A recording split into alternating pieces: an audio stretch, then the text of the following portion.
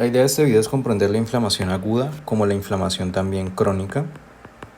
En este video no abordaremos tanto la parte de reparación, porque reparación ya es como otro ámbito, sino no hay mucha relación entre entre estos dos temas y presentaciones. Por lo que iniciamos con la aguda, ya que siempre, o en la mayoría de ocasiones, siempre ocurre lo que es una inflamación aguda. Esto va a ser, cuando escriba AG va a hacer referencia a aguda, ¿sí? Y pues cuando escriba CG va a hacer referencia a crónica. Esto para que no nos perdamos. Cuando hablamos de una inflamación aguda, la inflamación aguda se da principalmente porque tenemos dos tipos de respuestas, ¿sí? En un contexto. Entonces nosotros tenemos un vaso sanguíneo y digamos que esta es nuestra epidermis y qué tal, ¿no? El tejido epitelial. Y por acá pues se introduce una bacteria, por ejemplo un Streptococcus pyogenes. En este punto, cuando genera, por la toxina exfoliativa, genera cualquier tipo de daño a nivel epitelial, ¿sí? De la piel, todos esos pues por DAMPs, por PAMPs, DAMPs por parte de las células, PAMPs por parte de los patógenos, se va a realizar una especie de, una secuencia en cadena que ya estamos viendo en Inmuno, que lo que realiza es activar diferentes tipos de citoquinas y esto activa diferentes tipos de respuestas a nivel local, ¿sí? A nivel localizado. Entonces, cuando hablamos de una inflamación puede ser necesariamente, debe tener lo que es un contenido de exudado. ¿Listo? Cuando hablamos de un contenido de exudado, es un contenido que es rico en proteínas, ¿sí? Tanto proteínas del complemento, del sistema del complemento, como proteínas a nivel, principalmente como pues los propios antígenos y demás, como también citoquinas, ¿no? Y también lo que sería la presencia de leucocitos. Esto es un exudado. Cuando hablamos de un edema, por ejemplo, un edema puede ser un edema inflamatorio o un edema no inflamatorio. Un edema no inflamatorio no va a ser un exudado, sino que va a ser un transudado. Cuando hablamos de un transudado se está haciendo referencia a un ultrafiltrado del plasma, es decir, no hay ni proteínas ni leucocitos, solamente himeroplasma. Y cuando hablamos por ejemplo, de una inflamación que es supurativa, o sea que tiene pus, es porque tenemos básicamente presencia de tanto proteínas como de leucocitos, como de detritos, o sea, células muertas, sean de neutrófilos o sean de los propios patógenos, o sea, microorganismos. ¿Listo? Teniendo en cuenta este contexto, vamos a estar hablando de lo que sería un exudado, y el exudado de por sí contiene lo que son proteínas y leucocitos. Entonces, ¿cómo sucede o cuáles son los pasos para que pasemos de tener un vaso sanguíneo totalmente sano a cuando llegue el patógeno tener una inflamación, es decir, un exudado? En este punto es cuando nosotros hablamos de unos componentes importantes. Me refiero, para que suceda toda esa transición, lo que debemos tener son dos cosas. Tanto un endotelio o un tejido vascular, ¿sí? Un vaso sanguíneo, como también lo que serían los leucocitos. Entonces los leucocitos y los vasos sanguíneos son los componentes principales. Entonces los componentes principales para que ocurra una inflamación especialmente aguda son un vaso sanguíneo que me permita el transporte ¿de quién? De leucocitos y de proteínas, para así a su manera formar el exudado que luego va a generar aquella inflamación y eritema tan característico. Ahora, una vez tenemos en cuenta esto, debemos comprender que las 5 fases que tenemos a nivel de la respuesta inflamatoria son 5, y estas 5 respuestas pues son sencillas de aprendérselos porque es literalmente como ¿sí? Que sería el reconocimiento, lo que sería el reclutamiento, la eliminación, la regulación y lo que sería la reparación, ¿sí? Cuando hablamos de reconocimiento es lo que se dio acá.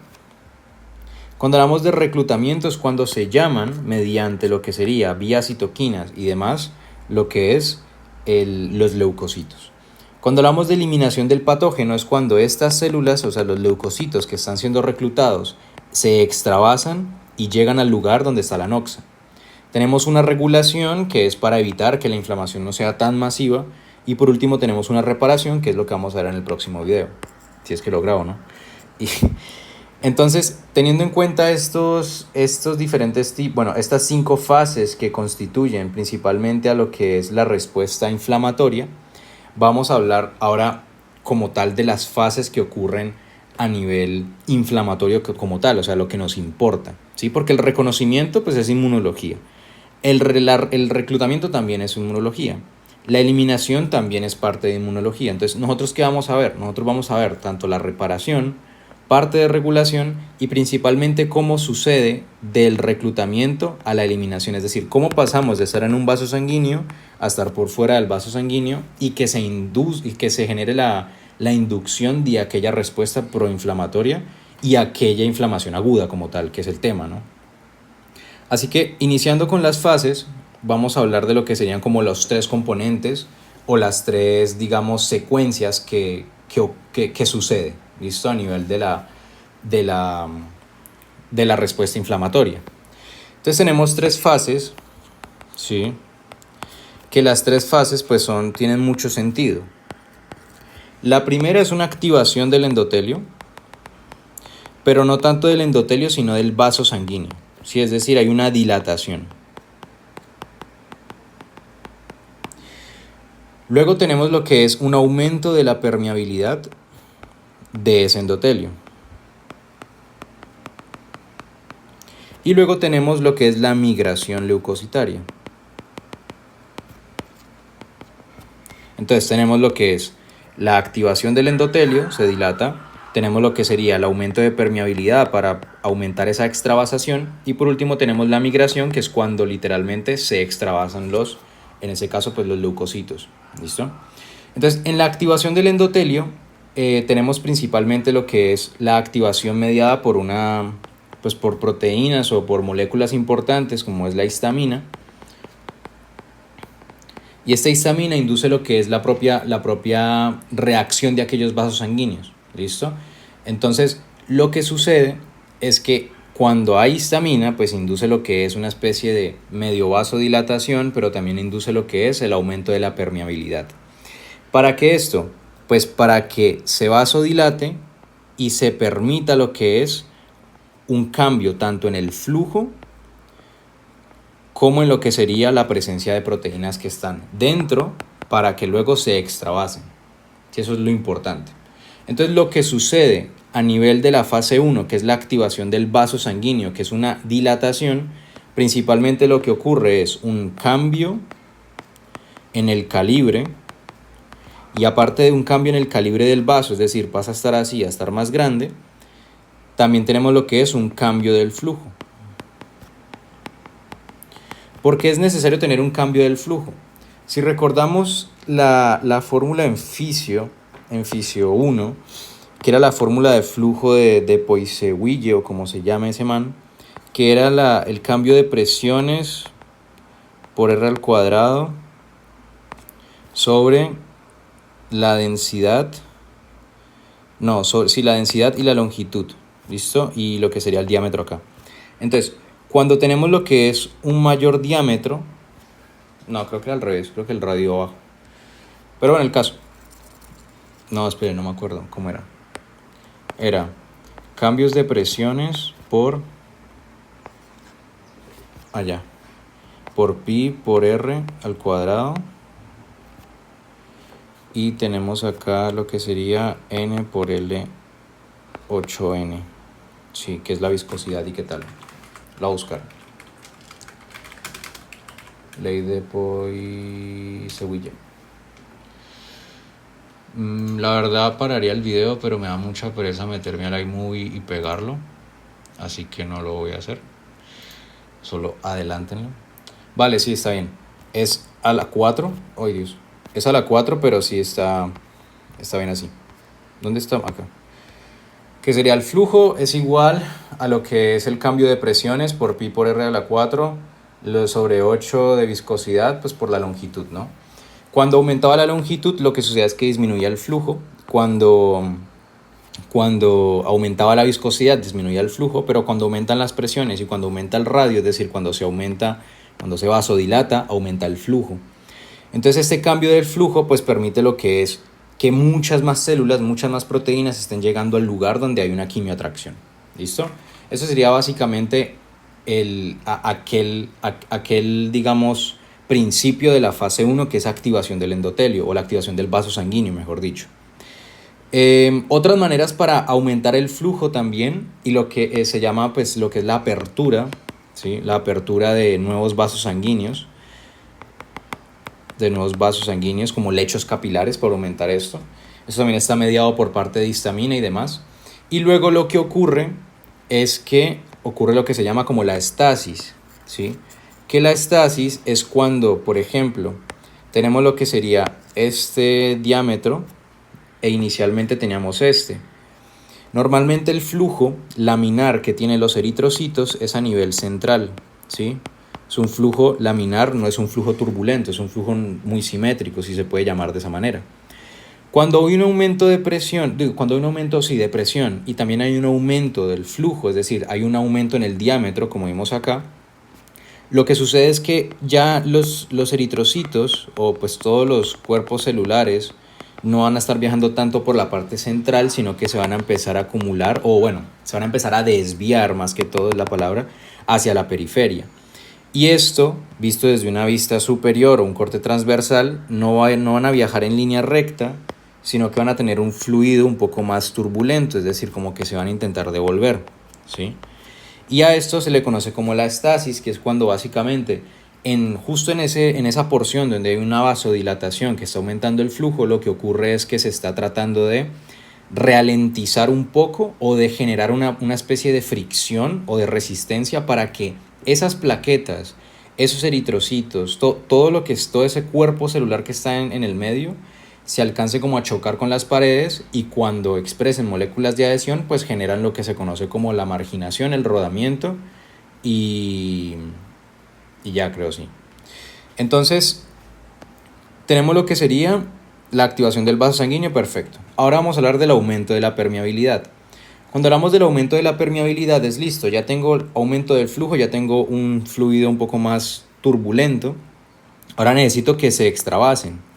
Para la extravasación hay unas moléculas importantes, o sea, la permeabilidad va a estar aumentada principalmente por la histamina, los leucotrienos y lo que sería la bradicinina.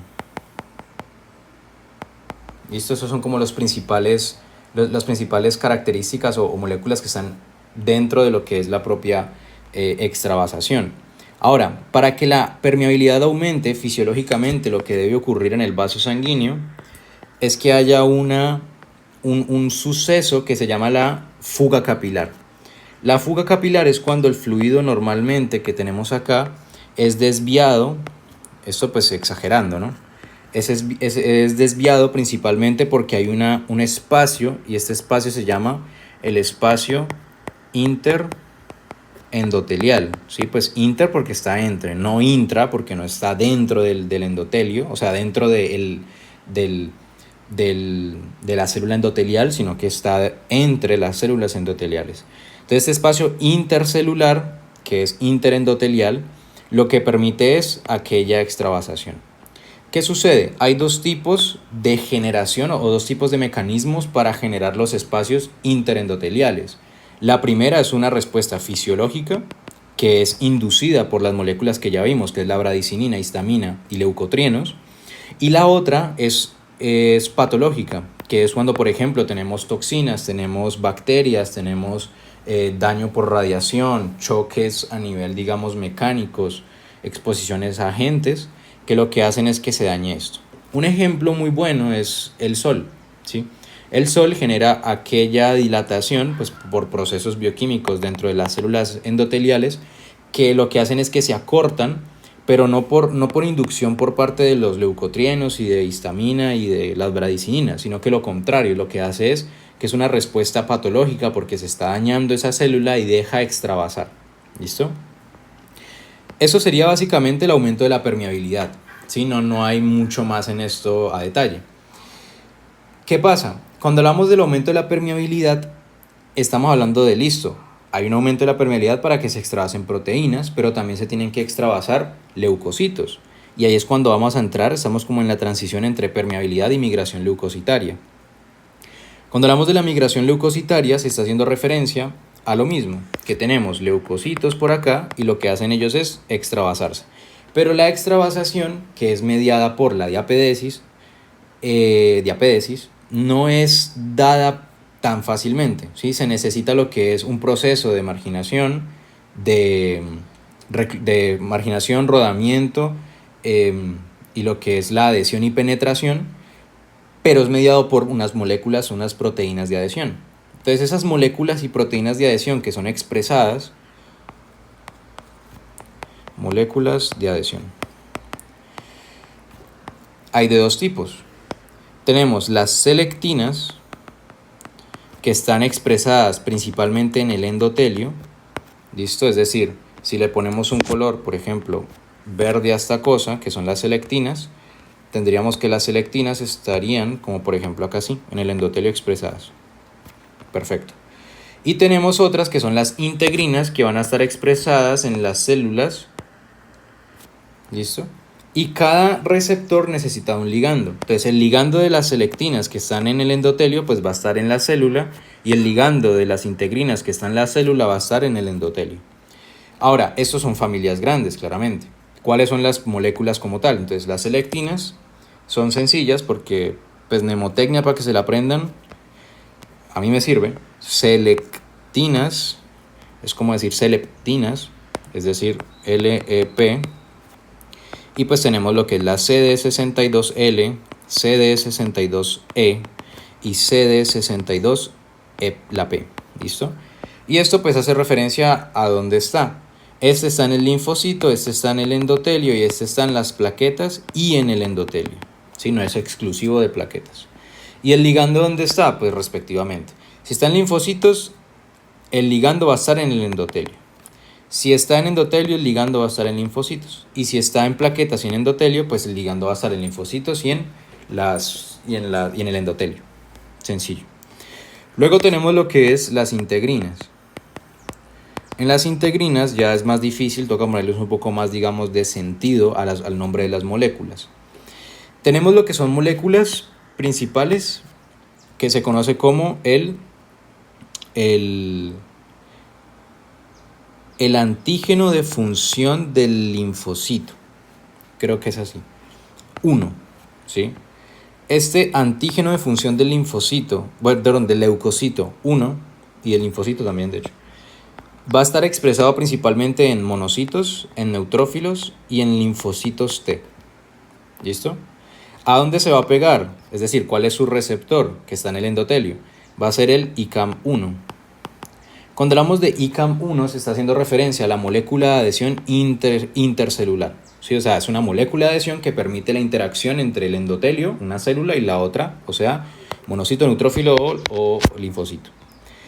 Luego tenemos otra que es el MAC1. El MAC1 es el antígeno, o así lo encontré yo, el antígeno del macrófago. Y todos los macrófagos, cuando están en sangre, son monocitos. O sea que va a estar expresado en monocitos y en células dendríticas. ¿A quién se va a unir? A lo mismo, al ICAM1. ¿Listo? Molécula de adhesión intercelular. Luego tenemos otro que es el Very Late Antigen 4, que es un antígeno muy tardío al parecer, así se llama. Y lo que hace es expresarse de nuevo en monocitos y no me acuerdo, creo que linfocitos T, pero hasta ahí. Y se va a unir no al ICAM, sino que se va a unir al VICAM. ¿Listo? Y el VICAM es la molécula de adhesión vascular celular o molécula de adhesión celular vascular, que es como la que se permite pegar como al vaso sanguíneo como tal. Y luego tenemos la última, que es la alfa 4, beta 7, que esta la expresan los enterocitos y genera una reacción como de homotopía u homotípica, como una relación homotípica, y esto lo hace principalmente para marcar el endotelio. ¿Listo? Y estas son las moléculas de la integrina. ¿Listo? Y estas moléculas de integrina pues son las que permiten aquella adhesión, ¿sí? de eso, y genera lo que es la migración celular. Y luego pues ya lo que es la la migración leucocitaria pues ya está mediada principalmente pues por la diapesis y toda esta vaina, ¿sí? Que es el rodamiento y todo esto. Ahora vamos a hablar de lo que sería los infiltrados, y más que los infiltrados vamos a hablar de lo que sería características celulares y los mediadores inflamatorios, que es lo importante. ¿Listo? Entonces, en resumen tenemos tres fases. Bueno, son cinco pasos para una inflamación aguda, que es el reconocimiento, el reclutamiento, lo que es la eliminación, la regulación y la reparación. ¿Qué pasa? Específicamente en este punto tenemos dos componentes que son los que entran en juego, los leucocitos y los vasos sanguíneos. Van a estar divididos en tres fases, en una activación del vaso sanguíneo, es decir, como una vasodilatación, en un aumento de permeabilidad para que se extravasen, que está mediado por las proteínas, moléculas de adhesión, también por todo lo que tiene que ver con la histamina, bradicininina y leucotrienos. Y aparte también tenemos lo que sería la última fase, la tercera fase, que hace referencia a como tal la migración. ¿Listo? Tenemos lo que son estas moléculas y pues listo, ya eso acabaría.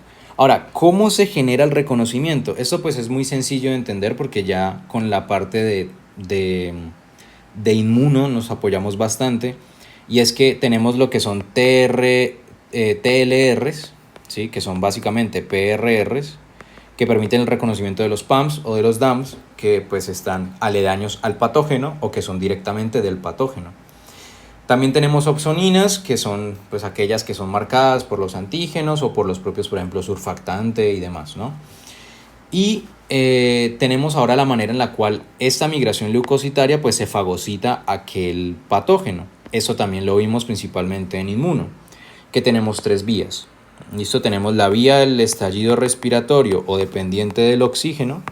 Tenemos la otra vía, que es la vía del óxido nítrico, la vía del nitrógeno, y pues el lisosoma, ¿no? La vía del nitrógeno es muy importante en los macrófagos. Y la vía del estallido respiratorio o dependiente del oxígeno es muy importante en neutrófilos, ¿sí? Eso principalmente, tener en cuenta eso. Es muy importante. Y ya sobre los mediadores inflamatorios, que esto es lo que digamos puede traer un poco más de complique porque no lo hemos visto muy bien, comprender que mediante diferentes tipos de fosfolípidos, o sea, básicamente parte de todo lo que tiene que ver como con grasas, se va a permitir sintetizar el ácido araquidónico, que es este de acá. Y el ácido araquidónico tiene dos rutas importantes dependiendo de la enzima a la cual estemos hablando. Si es una ciclooxigenasa o si es una lipooxigenasa. Si es la ciclooxigenasa vamos a estar hablando de prostaglandinas, prostaciclinas y tromboxanos.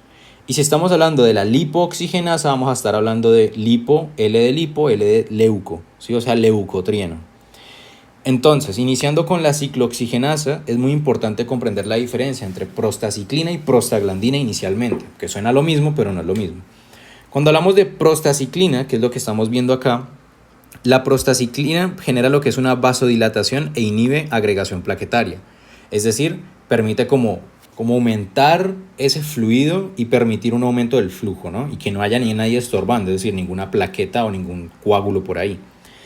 Tenemos lo que sería la prostaglandina, que hace lo mismo, genera vasodilatación, pero no solo esto, sino que genera el aumento de la permeabilidad como tal. ¿Sí? Permite el aumento de la permeabilidad. Y recordemos que la permeabilidad estaba dada por esa contracción endotelial para generar la fuga capilar, para generar ese espacio intercelular, ¿no? Pues interendotelial. Entonces la diferencia. Prostaciclina genera lo que es vasodilatación e inhibe la agregación plaquetaria, y la prostaglandina induce lo que es una permeabilidad y aparte pues una vasodilatación. Ahora, lo que es el tromboxano pues genera lo opuesto a la prostaciclina, genera una vasocontracción o pues una vasoconstricción y lo que sería la agregación plaquetaria. Ahora, por la parte de la lipooxigenasa del ácido araquidónico que se convierte mediante la lipooxigenasa, vamos a tener lo que es leucotrienos que van a ir por letras iniciando desde la A hasta la E. ¿sí? Pero pues cuando estamos hablando principalmente de la B, que es la más importante. Entonces, inicialmente lo que sería la B, que es la más importante y es diferente a las demás. ¿Por qué? Porque estamos hablando de los leucotrienos B, estamos haciendo referencia a que inducen la quimiotaxia, es decir, induce el llamado a esa migración leucocitaria. Cuando estamos hablando de leucotrienos del resto, o sea, no B, sino C, D, E, son aquellos que inducen una broncoconstricción, son aquellos que inducen una broncoconstricción, que es lo que estamos viendo acá como un broncoespasmo, y generan lo que es aumento de la permeabilidad vascular, ¿sí? Entonces es importante comprender eso. Y luego tenemos lo que es la lipoxina A y B, que son B4 y A4, lipoxina, no leucotrieno, que inducen lo que es la inhibición de adhesión y la quimiotaxia de los neutrófilos. Es decir, lo que es el leucotrieno A, que se convierte parcialmente en leucotrieno B, va a inhibir, o bueno, va a hacer lo contrario, ¿sí? Que es principalmente quimiotaxia y adhesión y agregación neutrofílica, en lo que son las lipoxinas A y B, pues van a hacer lo contrario, van a inhibir aquella agregación. Entonces en ese punto tenemos lo que sería, digamos, los mediadores inflamatorios, ¿sí? Recuerden que los leucotrienos aumentan la permeabilidad y pues por eso nosotros acá teníamos lo que es aumento de permeabilidad por leucotrienos, ¿sí? Tenemos también lo que sería ya lo que la otra parte, digamos, que estaríamos hablando en clase, que son las diferencias entre las cronicidades que hay, es decir, entre una inflamación crónica y una inflamación no crónica, y lo que sería una inflamación pues aguda y lo que tiene como tal, ¿sí? Entonces, si estamos hablando, por ejemplo, de lo que sería una inflamación aguda, lo que sucede a nivel de la inflamación aguda principalmente, a comparación de la crónica, es la presencia de cuerpos celulares de un tipo o de otro. Entonces, si estamos hablando de, por ejemplo, la inflamación aguda, era al revés. Si estamos hablando de la inflamación aguda no tiene que, o sea, tiene que estar muy relacionado, como vimos acá con estas moléculas, con la migración masiva tanto de neutrófilos como de macrófagos, a pesar de que llamen monocitos. Recordemos que el macrófago viene del monocito, que es cuando se diferencia en un tejido. Entonces, por eso la agregación tanto de macrófagos como de neutrófilos son importantes en una inflamación. ¿Qué pasa? Hay más neutrófilos circulando que monocitos circulando y que macrófagos diferenciados. Neutrófilos tenemos entre el 40 y el 70%. Monocitos tienen que entrar a hacer macrófagos. ¿Listo? En este punto es cuando entra la primera diferencia a nivel de lo que sería la inflamación crónica versus la aguda, que la aguda tiene sí o sí presencia neutrofílica o presencia de neutrófilos, pero no tiene presencia de macrófagos, porque los macrófagos se demoran más. O sea, los neutrófilos salen entre 6 a 24 horas y lo que son los macrófagos entre 24 a 48, creo. O sea, es un gran margen de tiempo. Ahora, eso sería la primera diferencia entre la aguda y la crónica. Cuando hablamos de la crónica también estamos haciendo referencia a las respuestas sistémicas, ¿sí? Si recuerdan, hay diferentes tipos, por ejemplo, el TNF-alfa, que inducía respuestas a nivel del hipotálamo, de fiebre, junto con los interferones 1 y 2, también todo lo que tiene que ver como con la parte fisiológica de las proteínas de fase aguda que sintetizan quimiosinas, que las CXCL8, que inducen esas respuestas a nivel hepático y demás, ¿no? Todo esto que estamos hablando son respuestas sistémicas que son muy características a nivel de la respuesta inflamatoria aguda, ¿sí? Es súper característico. ¿Por qué? Pues si literalmente tenemos algo que hace 2 minutos no estaba, pues sí o sí tenemos que combatirlo y por eso se recluta todo lo que se puede.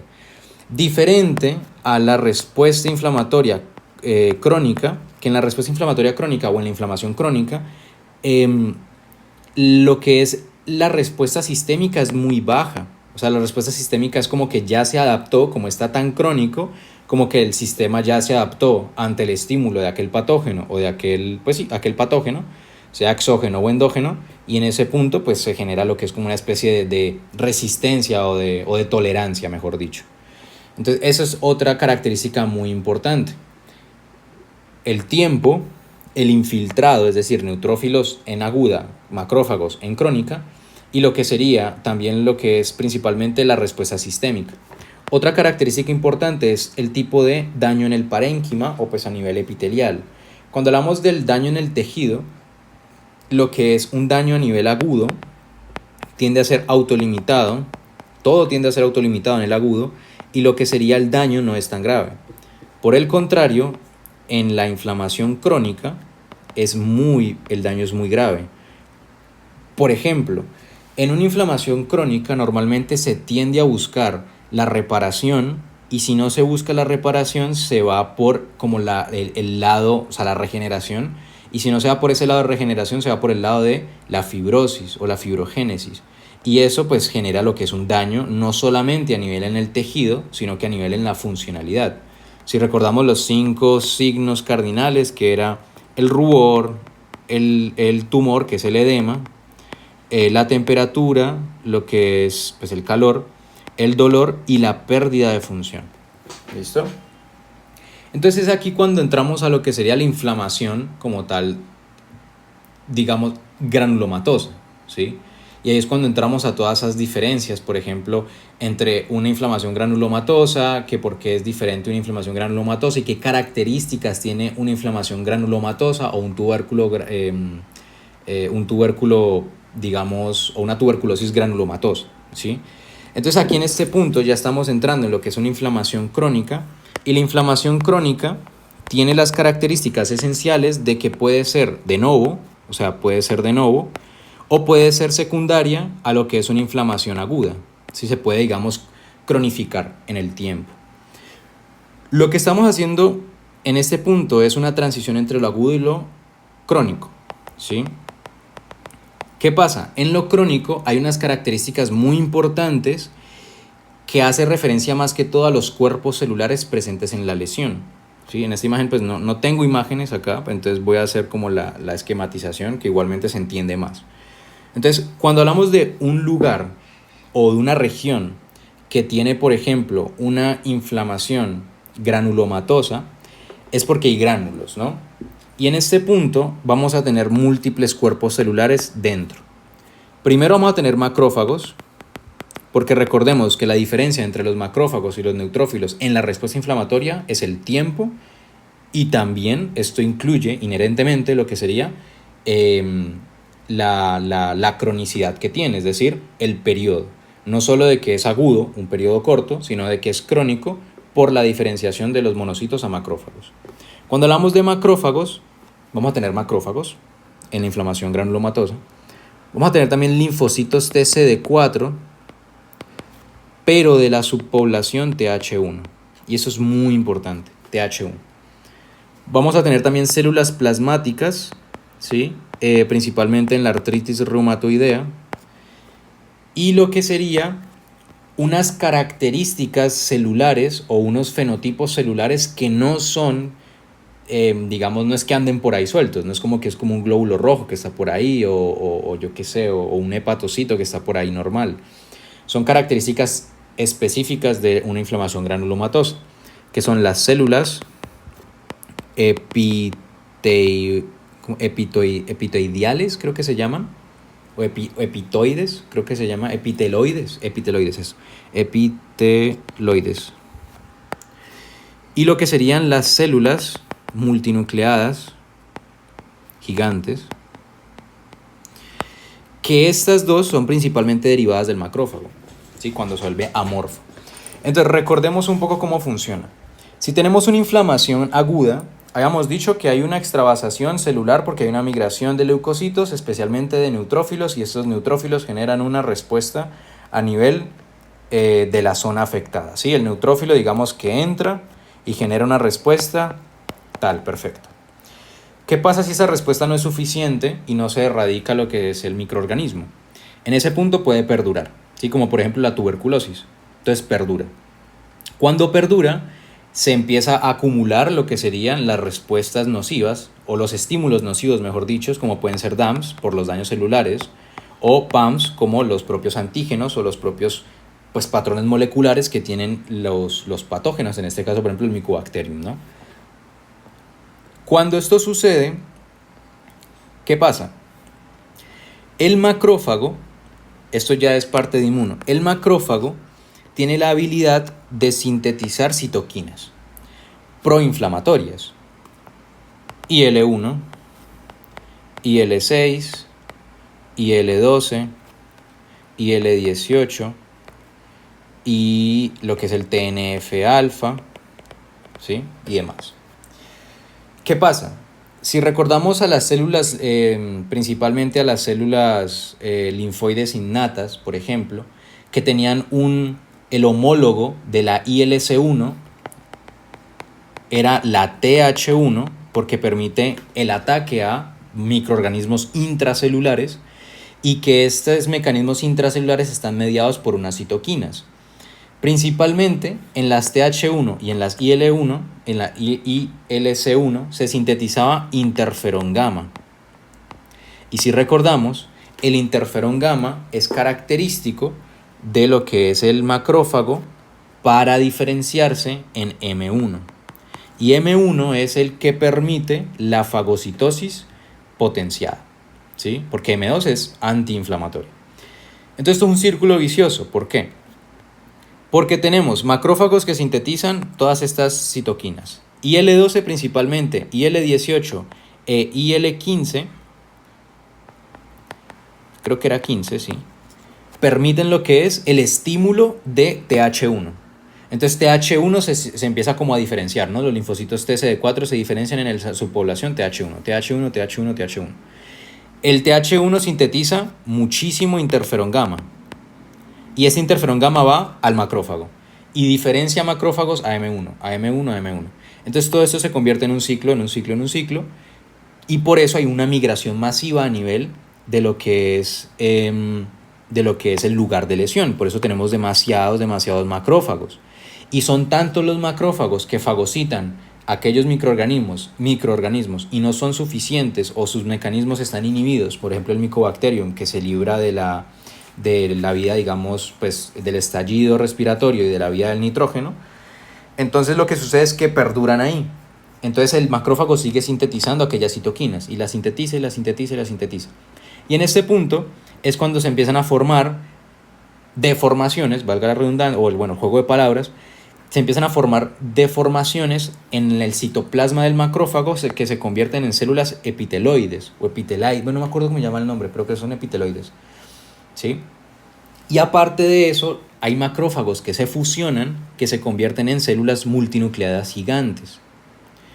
Y ahí es cuando se forma aquella inflamación granulomatosa. Esa es la fisiopatología en parte, ¿listo?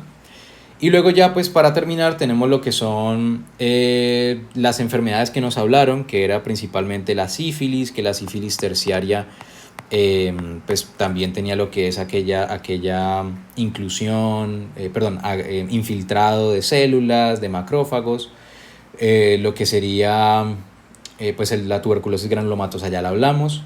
Y algo importante es comprender que hablamos del arañazo del gato.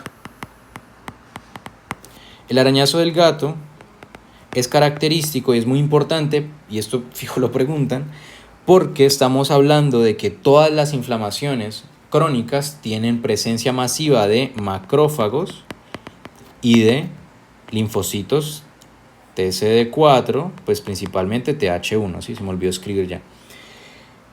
¿Qué pasa? En el arañazo del gato no tenemos macrófagos. En el arañazo del gato tenemos neutrófilos. Entonces, si a nosotros nos preguntan cuál es la enfermedad o cuál es la presentación patológica que rompe la regla de inclusión de fagocitos, macrófagos a nivel crónico, el arañazo del gato, porque solo se presentan neutrófilos a pesar de ser granulomatosas crónicas, ¿sí? Y básicamente eso sería inflamación